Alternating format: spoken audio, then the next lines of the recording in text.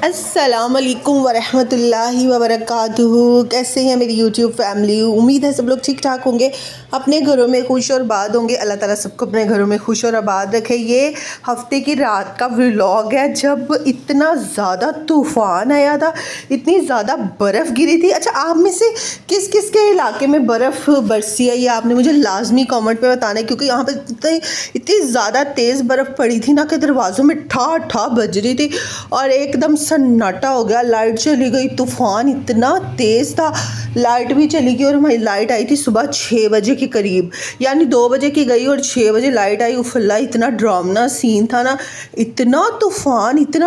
इस दफ़ा जो तूफ़ान और सैलाब आया ना, मेरे ख्याल से मैंने इतने बुरे सैलाब कभी नहीं देखे और ना ऐसे तूफ़ान देखे जो इस दफ़ा आए हैं। अल्लाह ताला अपने हिफ्ज़ व ईमान में हम सबको रखे। अल्लाह ताला हमें नेक अमाल करने की तौफीक अता फरमाए। यहाँ पे मैं ऊपर आई थी फ्रिज वगैरह बंद करने के लिए, क्योंकि अचानक लाइट चली गई थी। मुझे पता था कि अगर दोबारा झटका लग गया ना तो फ्रिज का काम तमाम हो जाएगा।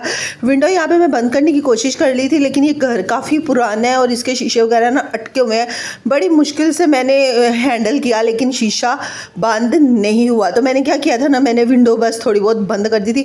आप देखें, ऐसे नहीं लग रहा है जैसे हॉरबल फिल्म का कोई सीन चल रहा है या हॉरबल किसी ड्रामे का सीन चल रहा है। इस तरीके से तूफ़ान आया था। अल्लाह माफ़ करे, उस तूफ़ान ने तो बहुत तबाही मचाई। यहाँ पे काफ़ी तारे और खंबे वगैरह ना गिर गए थे। अल्लाह ताला माफ़ करे। अच्छा, रात के टाइम मेरी बच्ची ना सीढ़ियों में खड़ी थी जब बारिश तूफ़ान ख़त्म हो गया था और फिर अचानक से सुबह हो गई। ये फिल्मों वाला सीन हुआ है कि बच्चा खड़ा है और खड़े खड़े सुबह हो गई, खड़े खड़े जवान हो गया, वो वाला सीन यहाँ पे हुआ था।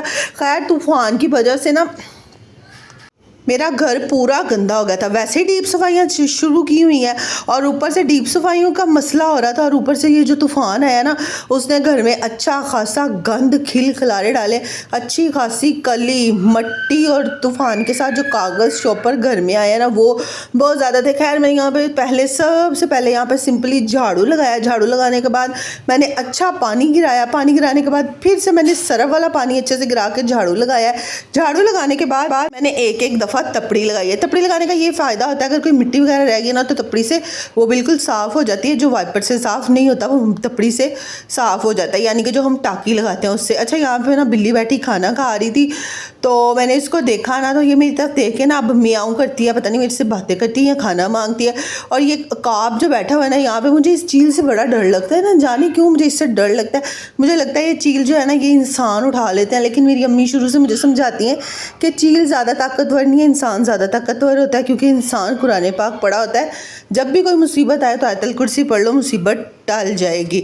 अच्छा, यहाँ पे ना अब सड़कें वगैरह तो काफ़ी खुश्क हो गई थी और धूप भी निकल आई थी, और मैंने अपने घर को कूड़ेदान घर को, रूढ़ी नुमा घर को इतना चमाकम चम कर दिया था, क्योंकि काफ़ी ज़्यादा ही गंदगी हो गई थी। आपको पता है, तूफ़ान आए और जिनके घरों के अंदर आ जाते हैं ना तूफ़ान, वो लोग बेचारे मेरी तरह बड़े परेशान होते हैं। खैर, मैंने ऊपर वाला और उससे ऊपर वाला पोर्शन थोड़ा बहुत साफ़ कर लिया था, लेकिन उसके बाद ये सीढ़ियाँ रह गई थी और सीढ़ियों को मैंने इतना चमकाया। पहले मैंने सिंपली पानी गिराया है, फिर मैंने सरफ वाला पानी गिरा के झाड़ू लगाया, झाड़ू लगा के मैंने वाइपर लगाया, फिर मैंने अब इस तरह तपड़ी लगाई है। अब मैं पंखा लगाऊंगी नीचे जाके और ये सीढ़ियाँ भी खुश्क हो जाएंगी। अब यहाँ पे कतरा भी मट्टी नहीं थी, इतना नीट एंड क्लीन घर हो गया था और इतना सुकून मिल रहा था ना साफ़ सुथरा घर देख के। ऊपर ये सेंटर वाले पोर्शन से डीप सफाइयाँ जो मैं कर रही थी वो हो गई है। अब मोस्टली बस यहाँ पे पर्दों की कमी है, उछाड़ों की कमी है। यहाँ पे उछाड़ डलेंगे, पर्दे डलेंगे और किचन और घर बिल्कुल नीट हो जाएगा। अच्छा, यहाँ पे मैंने चाय बनाई थी, मैंने चाय पी नहीं थी। अब मुझे इतना काम करने के बाद चाय की क्रेविंग हो रही थी, तो मैंने अब चाय गर्म करके पी। अच्छा, जैसे ही मैंने चाय पी, मैं नीचे की तो मैंने देखा बच्चे उठ गए। बच्चों के साथ ही मैं नाश्ता करती हूँ, तो यहाँ पर मैं अपना और अपने बच्चों का नाश्ता बना रही थी कि नाश्ता बनाते बनाते मुझे खबर मिली कि मेरी बहन आई हुई है उधर, मेरी अम्मी की तरफ आई हुई है, यानी कि अल्लाह ताला मेरी अम्मी को जन्नत में जगह दे। उनकी जगह जो मेरी बहनें वहाँ पे रहती हैं उनके घर आई हुई हैं। तो मैंने क्या किया ना कि मैंने फटाफट से बच्चों को यहाँ पे नाश्ता करवाने की कोशिश की, लेकिन मेरे काके ने क्या किया ना कि मैंने उसको ब्रेड का एक निवाला पकड़ाया और वो पकड़ के नीचे फेंकने वाला था, लेकिन वो पकड़ के मैंने खा लिया। अच्छा, बच्चों को नाश्ता वगैरह करवाने के बाद मैं ऊपर आई हूँ। ऊपर आकर मैंने सबसे पहले कस्टर्ड बनाया, क्योंकि मेरे भांजे की बड़ी फरमाइश थी कि खाला आप कस्टर्ड बना ले। मैंने कस्टर्ड बनाया। कस्टर्ड बनाने के बाद ये बहनें मेरी सीढ़ियों में मेरे पास ही किचन में बैठी हुई चुगलियाँ मार रही थी एक दूसरे की, और हम लोग बातें बातें कर रहे थे, गप्पे शप्पे मार रहे थे यहाँ पे भी मैंने एक कस्टर्ड वगैरह बनाया। और इतनी ज़्यादा कोई जल्दी थी ना, क्योंकि डीप सफाइयाँ जब छेड़ी हों और ऊपर से तूफ़ान भी आ जाए, घर का भी काम करने वाला और ऊपर से मेहमान भी आ जाए, तो फिर आपको पता है कि मसले मसाइल बहुत ज़्यादा हो जाते हैं। और यहाँ पे मेरे लिए तो कुछ ज़्यादा ही मसले मसाइल हो गए थे, क्योंकि एक नन्ही जान है और हज़ार काम है। खैर यहाँ पे मैंने अपनी बहन को ऊपर वाले पोर्शन में भेज दिया था कि जाओ जितनी तुमसे सफाइयाँ होती हैं तुम कर आओ। खैर वो चली गई थी ऊपर जाके ऊपर वाले पोर्शन में, उससे जो थोड़ा बहुत काम हुआ था उसने कर लिया था। उसकी नीयत कोई नहीं हो रही थी, नीयत की ख़राब है वो ना, कुत्ती है एक नंबर की। खैर ओ सॉरी स्किप करिएगा इस बात को। अच्छा यहाँ पे जो मैंने कस्टर्ड बनाया था ना वो मैंने फ्रिज में रख दिया, और फ्रिज चलाना भी मैं भूल गई। एक तो रात से ही बंद थी क्योंकि लाइट नहीं आ रही थी, और फिर मैंने सारा दिन भी नहीं चलाई। फिर वो थोड़ा बहुत ही जो ठंडा हुआ था कस्टर्ड वही सबने खाया, मतलब वो सही से अभी जमा नहीं था। अच्छा भिंडी गोश्त मैंने बनाया ना, कसम से भिंडी गोश्त इतना अच्छा बना था ना कि एक बंदे ने मेरी तारीफ़ की कि भिंडी गोश्त बहुत अच्छा बना। शुक्र है अल्लाह का, अगर मैं खाने पे ध्यान दूँ ना तो खाना बहुत अच्छा बनता है। मैं छोटी सी थी ना, जब से अल्लाह ताला मेरी अम्मी को जन्नतुल फिरदौस में जगह दे, तब से मेरी अम्मी ने चूल्हा चौका मुझे पकड़ा के किया, लै तू दासी है इसका दी थे असी रानियाँ असी खावांगे तो तू पकाएंगी। मतलब ऐसे ही होता है। मैं शुरू से ही खाना घर का मैं ही बनाती हूँ, और अब तो इतनी स्पीड हो गई, आदत हो गई। अगर 2 घंटे पहले भी या घंटा पहले भी पता चले तो मुझे लगता है मैं 2 से 3 डिश बना ही लूँगी कि मेहमान आने वाले हैं, मुझे पता चले घंटा 1.5 घंटा पहले भी। तो अल्हम्दुलिल्लाह से इतनी स्पीड हो गई है। अच्छा यहाँ पे ना भिंडी गोश्त बना के कस्टर्ड बना के, और साथ साथ किचन की सफाई बहुत इंपॉर्टेंट है जो मैं साथ साथ ही करती रही हूँ। और फिर मैंने यहाँ पे अब बनाने थे चने वाला पुलाव। 2 किलो मैंने चावल लिए हैं, पाव सिर्फ मैंने यहाँ पे चने लिए हैं, 2 बड़े साइज़ की मैंने प्याज लिया, प्याज डाल के मैंने अच्छे से मसाला बनाया, टमाटर लिया, दही लिया है और घर के मसाले लिए। मैंने यहाँ पे कोई रेडीमेड मसाला या बिरयानी मसाला कुछ भी इस्तेमाल किया, सिर्फ घर के मसाले, हल्दी, पिसा धनिया और साथ में नमक मिर्ची जो मोस्टली होता है वही, और काली मिर्च का इस्तेमाल किया था मैंने एंड पे।